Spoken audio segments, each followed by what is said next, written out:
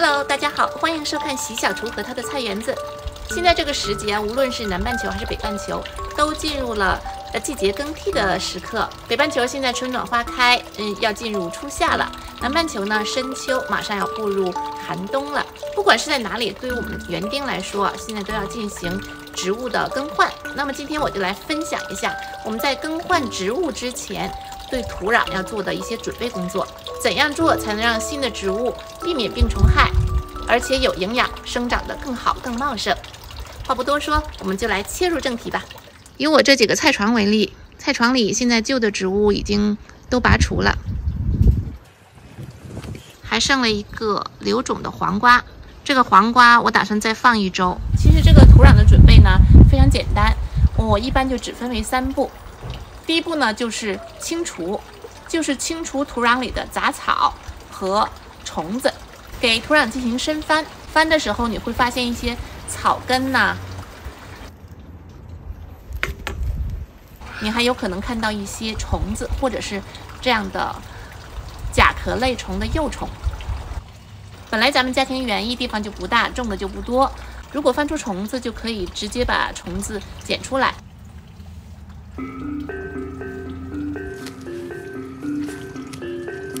这个草是最讨厌了，这个草叫 coach， 它是身上的任何一个部分，不管是根啊还是茎啊还是叶，见土就钻，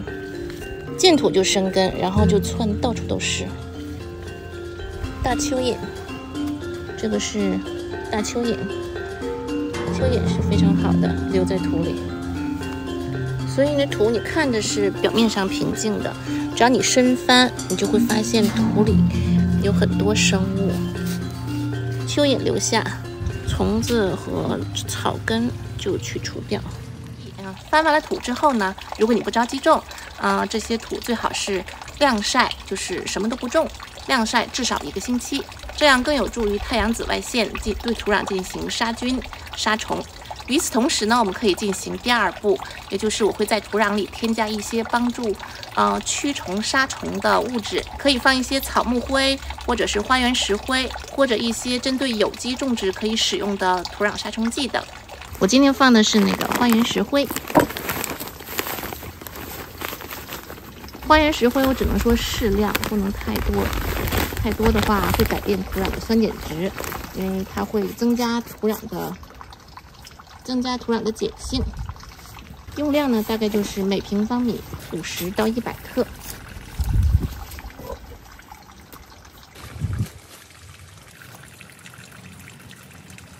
准备种植土地的第3步呢，就是我们要给土地增加营养，主要就是给土地添加更多的有机质。添加什么有机质有很多的选择，第一种就是你可以在里面添加一些厨余堆肥，也叫波卡西肥。这种方法呢适用于你在种植之前有充裕的时间，至少有1个月的时间。你可以这样在土里挖一些坑，大概20厘米左右，20到30厘米深的，然后把厨余堆肥倒进去，翻拌一下，埋大概4周以上，这样土壤里的微生物就可以把厨余堆肥充分的分解。这种方法呢就是需要一点时间，你在种植物之前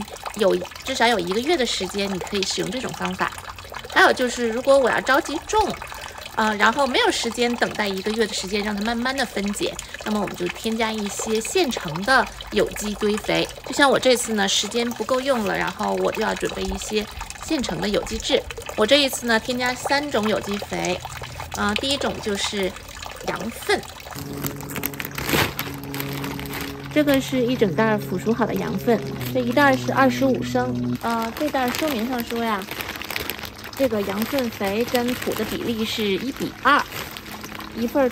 羊粪2份土，但是我这个呢，就土肯定是超过1比2这个比例了，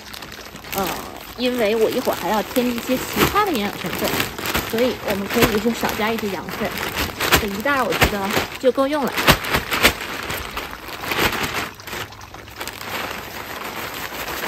然后再加一些综合的这种复合肥料，它是小颗粒状的，这种可以就是给土壤提供更均衡的营养。使用量呢，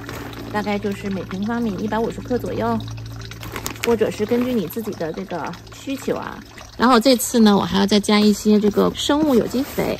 因为这里面不光含有40%的有机质啊，还含有有效的活菌在里面，所以给土壤增加更多的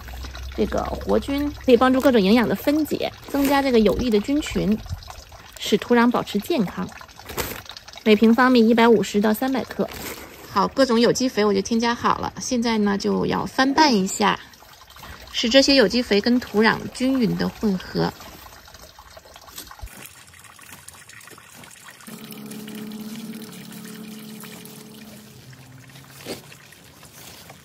好了，这样呢，这块菜床里的土呢就都准备好了，随时都可以继续种了。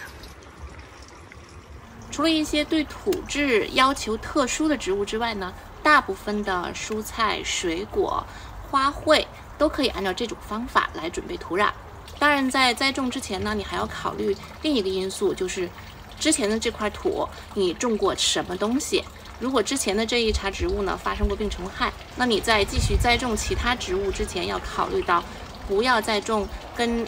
头一茬相同的科属的植物了，避免病虫害加重。好了，今天咱们这集主打家庭园艺准备土壤的这一期呢，就到这里接近尾声了。如果您喜欢家庭园艺，喜欢种花种菜，那么记得关注习小厨和他的菜园子。习小厨在每一期都会分享各种园艺技巧，陪伴您实现美好的田园生活。好了，感谢大家的收看，咱们下一期再会。